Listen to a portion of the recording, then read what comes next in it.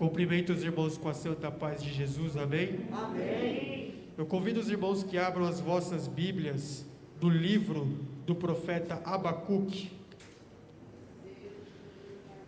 Glória seja louvada a Deus. Abacuque, capítulo de número 1.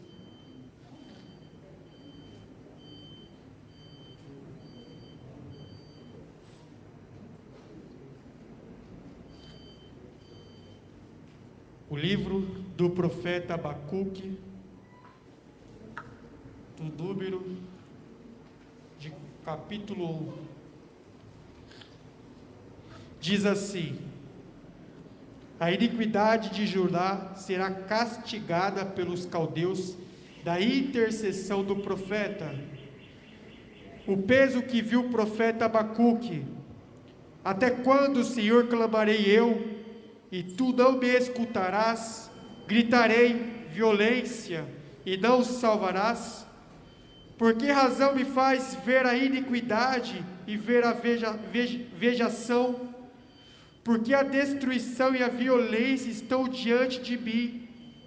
Há também quem suscite a contenda e o litígio, porque esta causa a lei se afrouxa, e a sentença nunca sai, porque o ímpio cerca o justo, e sai o juízo pervertido. Amém? Os irmãos podem tomar os vossos assentos. Deus seja louvado. Aqui é uma lamentação do profeta Abacuque mediante a Deus. E Deus, Ele tinha direcionado uma sentença àquele povo. E o profeta, ele começava a lamentar diante de Deus, porque ele não achava certo eles serem corrigidos da maneira que Deus tinha ordenado, porque Abacuque não compreendia a forma e o trabalhar de Deus. Deus tinha planos e projetos a qual Abacuque não compreendia. A expressão que Abacuque leva a Deus é da seguinte: o Senhor quer nos trazer o sujo para tratar do mal lavado? Porque Deus, Ele direcionava os caldeus para tratar com aquele povo. Na expressão, para facilitar o nosso entendimento, Deus estava trazendo o povo do mundo para poder tratar com o povo da casa do Senhor. E Abacuque começa a lamentar diante de Deus. Abacuque começa a clamar, porque aquele povo era um povo sanguíneo, era um povo que torturava e matavam sem dó, furavam os olhos e muito mais, decapitavam. E Abacuque provavelmente queria ser julgado pelas mãos do Criador, porque ele é santo. E Abacuque não é de acordo, mas Deus, ele responde no verso 5 do capítulo número 1, e diz assim: vede entre as nações e olhai e maravilhai-vos e admirai-vos, porque realizo em vossos dias uma obra que vos não crereis quando vos for contada. Deus está dizendo assim a Abacuque: vede entre as nações e olhai e maravilhai-vos e admirai-vos, porque realizo em vossos dias uma obra que vós não crereis quando for vos contada. Deus, ele está dizendo da seguinte forma a Abacuque: olha, Abacuque, o que eu irei fazer é muito grande, está além da tua compreensão, está além do teu entendimento. Eu estarei reunindo os povos para mostrar que eu sou Deus. E Deus, Ele reúne todos os povos, línguas e nações. Provavelmente, possivelmente, Abacuque escreve este livro no começo do reinado do rei Nabucodonosor. E se você analisar o livro do profeta Daniel, Deus, Ele realmente une todos os povos, línguas e nações e raças abaixo do governo do rei Nabucodonosor. E Deus, Ele mostra o tamanho do teu poder através da vida de Daniel, através da vida de Sadraque, Mesaque e Abednego, homens que caíram na fornalha e não foram queimados. É muito difícil de se compreender, a ciência não compreende, mas aqueles que têm o Espírito Santo conseguem compreender através do discernimento do Espírito. Aquele profeta que caiu na cova dos leões e não foram devorados pelos leões. E Deus reuniu todos os povos, línguas e nações para mostrar que Ele é Deus. E como prometido, Deus depois desfez daquela liderança, Deus despedaçou aquela potência mundial. Mas a promessa de Deus, quando Ele cumpre, Ele é fiel para cumprir com amor, ou com justiça, ou com correção. Quando Deus promete, Deus não é filho do homem para que minta, então Ele vai cumprir, seja no amor, seja na correção. Deus, Ele faz uma promessa a Salomão, e vamos ver que Deus, Ele vai cumprir. Eu convido os irmãos que abram as vossas Bíblias, em 2 Crônicas, capítulo 7, verso 17, Deus vai mostrar para nós, através da tua palavra, que quando Ele promete algo, Ele vai cumprir. Após Salomão ter feito aquele grande sacrifício, o maior sacrifício relatado na Bíblia, Deus se apresenta diante a Salomão, e Ele diz assim no capítulo 7, no verso 17: E quanto a ti, se andares diante de mim, como andou Davi teu pai, e fizeres conforme tudo o que eu te ordenei, e guardares os meus estatutos, os meus juízos, também confirmarei o trono do teu reino, conforme o concerto que fiz com Davi teu pai, dizendo: não te faltará varão que domine Israel.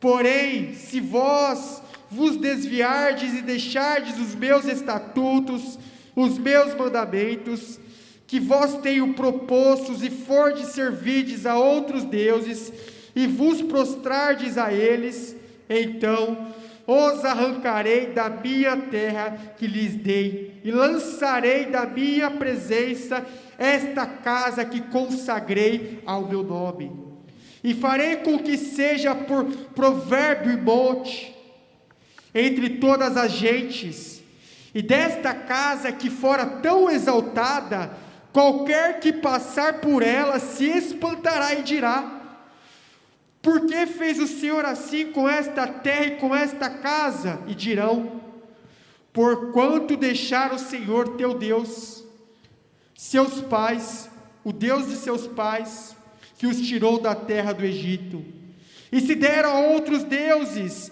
e se prostraram a eles, e os serviram. Por isso, eles trouxe sobre eles todo este mal. Aqui Deus, Ele se revela a Salomão, e Ele faz uma promessa, mas não somente a Salomão, aquela geração que ia vir, a geração atual e a geração futura. E essa passagem também serve para nós, porque se não servisse para nós, ela não estaria escrita para que nós pudéssemos aprender com a palavra de Deus. E vai mostrar que realmente Deus, Ele vai cumprir aquilo que Ele prometeu a Salomão.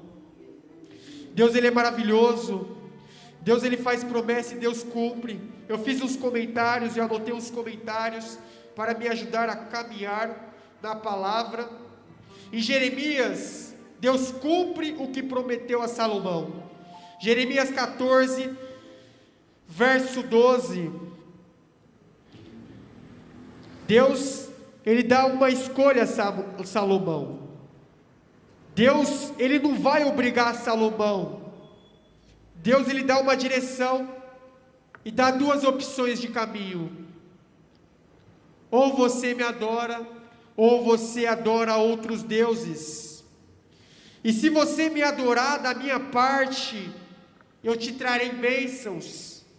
Mas se me abandonares e se me desobedecer, eu trarei sobre ti e sobre a sua geração maldição.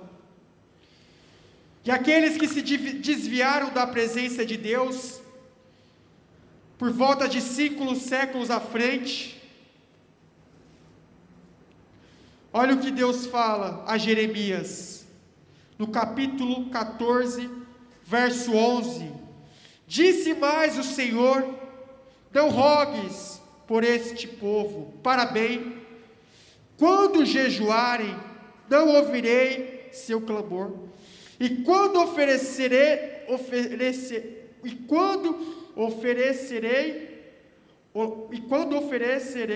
holocausto e ofertas de manjares, não agradarei deles, antes eu consumirei pela espada e pela fome e pela peste. Aqui nós estamos vendo que quando Deus, Ele promete para Salomão, Ele promete também para toda a sua geração, inclusive Ele promete para a geração atual, que é hoje, que é o século de hoje. E Deus, Ele dá a nós a escolha de seguir dois caminhos. E Abacuque não está entendendo o projeto e o plano de Deus. Abacuque não está compreendendo e está lamentando a Deus: Senhor, o Senhor vai colocar aqueles homens sanguíneos, assassinos, para querer tratar de nós, povo escolhido. Aí Deus fala: você não compreende os meus planos, você não compreende os meus projetos, você não compreende o meu agir. Quando Deus, Ele promete algo, quando Deus, Ele escreve algo, quando Deus decreta algo, não adianta nós querer espernear, reclamar, se lamentar, porque o que está decretado, seja bênção ou seja maldição. E nós precisamos aprender com Abacuque, no final, não no começo da lamentação, mas graças à lamentação de Abacuque, Abacuque teve o conhecimento e aprendeu com Deus.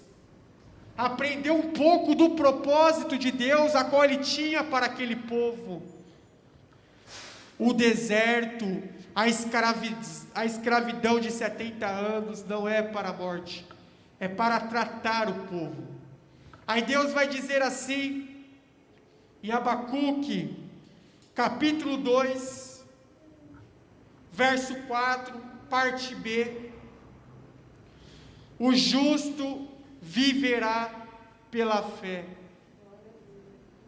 Aí Deus está dizendo a Abacuque,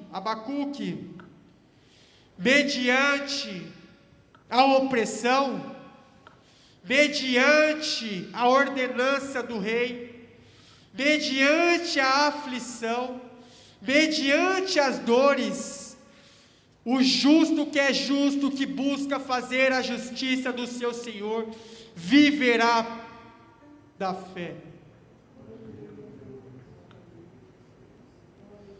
Nós temos o maior exemplo. Deus, Ele não foi somente na teoria. Deus não é apenas teórico em suas palavras, mas Deus, Ele é na prática. Deus, Ele pratica e age. Deus se encarnou como carne, o justo dos justos, o mais justo, fez um caminho de aflições, fez um caminho de sofrimento e mostrou que realmente o justo viverá pela fé. E depois que o justo viver pela fé, e depois que o justo compreender os planos e projetos para a sua vida, ele vai entender que o seu Criador, em meio à opressão, ele livre e salva da fornalha ardente. Em meio da perseguição, ele salva da cova dos leões. Em meio à opressão, à epidemia, ele salva o justo do Covid-19, ou ele arrebata aqueles que ele escolheu para arrebatar. No cativeiro, muitos morreram, mas Deus recolheu, porque aqueles que ficaram vivos, Deus colocou a capacidade para suportar a opressão, e aqueles que ele sabia que já estava preparado, ou não teriam a capacidade, ou já era o tempo determinado, ele recolhia. Aí Abacuque vai dizer: Senhor, o Senhor vai trazer o sujo para tratar do mal lavado. Trata de nós, tu, Senhor. O Senhor é santo. Se o Senhor colocar o sujo, o corrupto, o ímpio, na hora que ele for julgar a causa de um justo, haverá distorção, haverá maldade. Aí Deus fala: calma, Abacuque, em minhas palavras. Calma, Abacuque. E Deus fala novamente com Abacuque: o justo viverá pela fé. Aí depois Abacuque começa a compreender os planos e projetos de Deus aos poucos, porque ele teve um encontro com Deus. Nós precisamos entender, nós precisamos compreender. Não é tempo mais de lamentar, agora é o tempo de poder se envolver com a presença de Deus,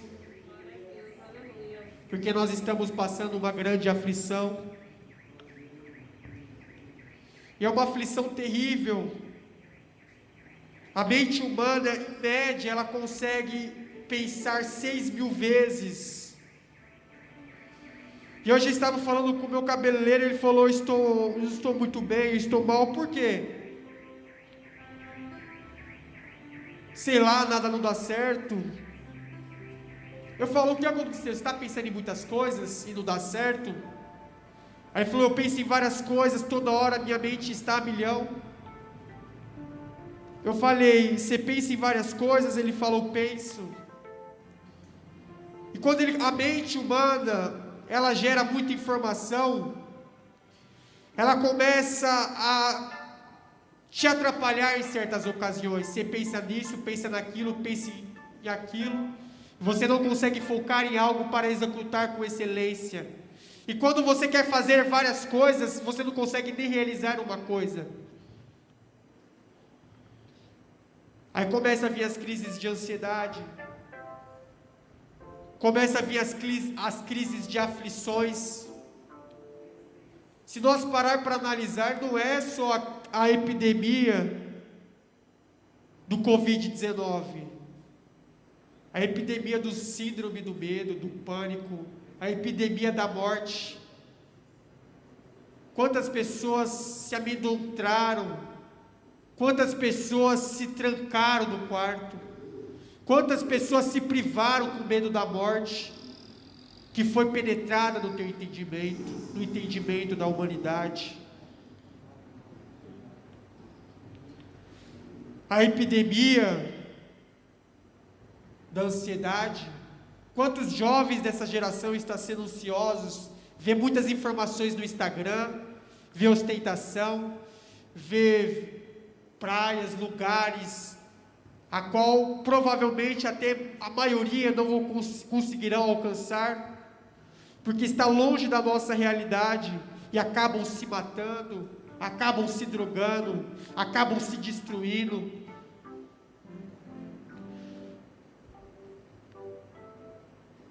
Mas Deus vai dizer assim: o justo viverá pela fé.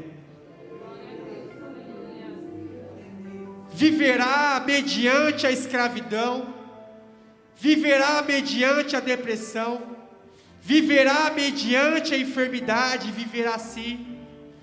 Mas eu mostrarei que eu sou Deus.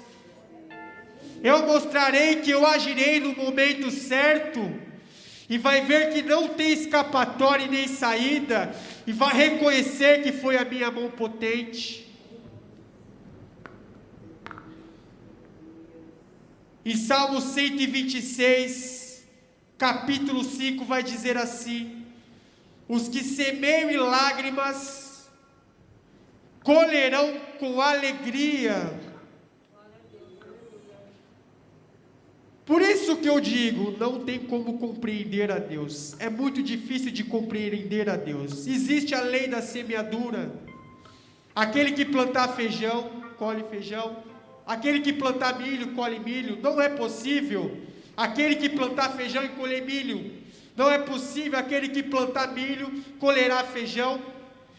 Só que olha o que Deus inspirou o salmista para escrever: os que semeiam em lágrimas colherão alegria. Mas aqueles que semeiam em lágrimas, choram, não deveria colher tristeza? Aí o que Deus está querendo nos dizer com isto? Sabe a sua enfermidade? Sabe a sua fadiga? Sabe aquela perseguição? Sabe aquela inveja? Sabe aquela traição?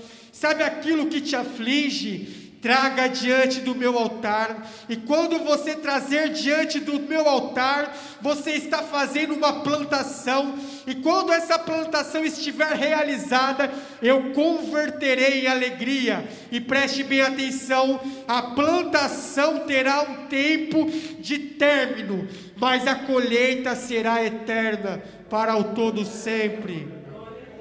Nós nunca conseguiremos compreender o poder do nosso Deus. A ciência não aceita. Ninguém aceita a maneira que Deus trabalha, porque eles não têm o espírito do entendimento. Se plantar diante do meu altar, se confiar no meu poder, se confiar na minha justiça, colherás alegria eterna e nunca mais acabará. E para finalizar, vamos abrir em Abacuque novamente. Aí Abacuque está começando a entender a operação de Deus e o agir de Deus. Aí vai entrar no capítulo 3 de Abacuque, verso 17, e vai dizer assim: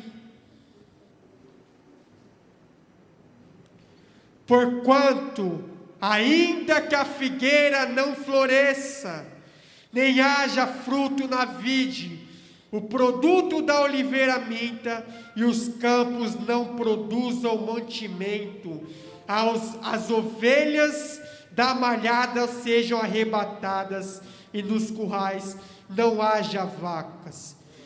Todavia me alegrarei no Senhor, exultarei no Deus da minha salvação. Jeová, o Senhor é a minha força, fará os meus pés como os das servas, e me farás andar sobre as alturas. Para o cantor mor, sobre os meus instrumentos de música.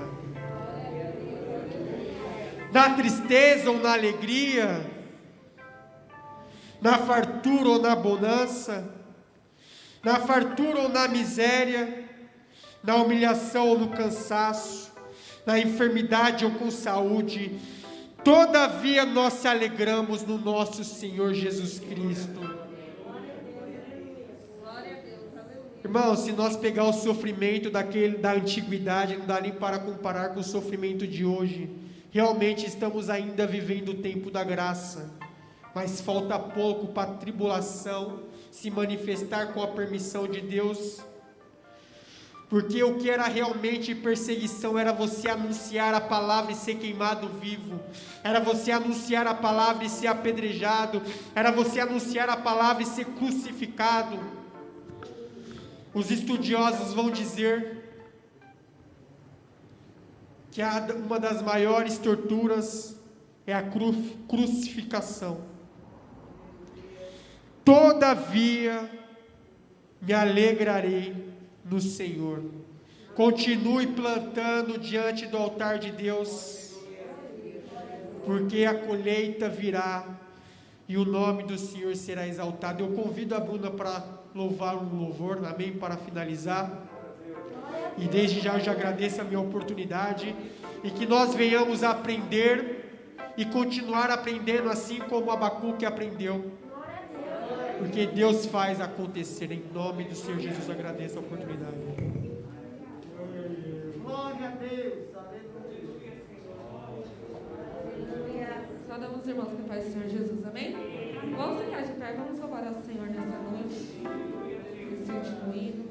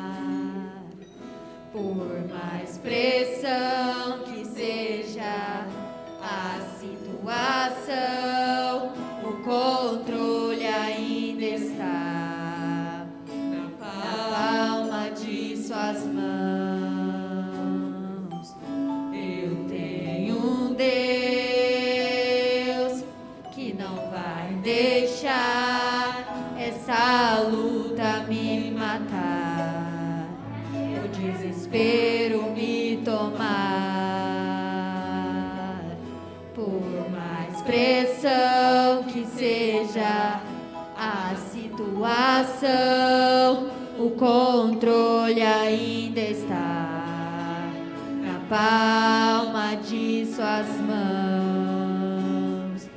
O choro dura uma noite, mas a alegria ela vem pela manhã. Eu creio, eu creio. O choro dura uma noite, mas a alegria ela vem pela manhã. Eu creio, eu creio. Ainda que a figueira não floresça, que não haja fruto na vide, que o produto da oliveira minta, todavia eu me alegrarei, todavia eu me alegrarei, todavia eu me alegrarei.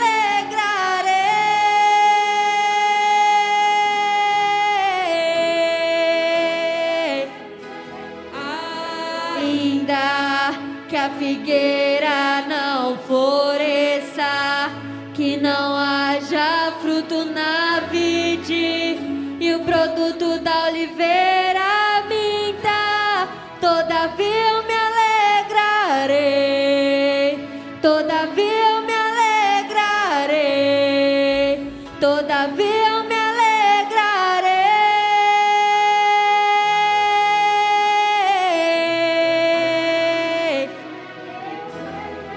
O choro dura uma noite, mas a alegria ela vem pela manhã. Eu creio, eu creio. O choro dura uma noite, mas a alegria ela vem pela manhã. Eu creio, eu creio.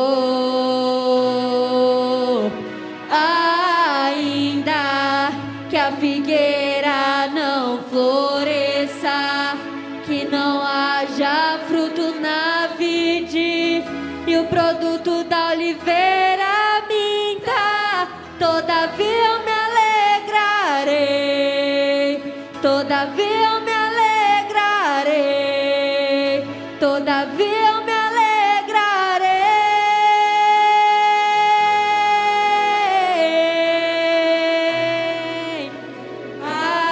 Ainda que a figueira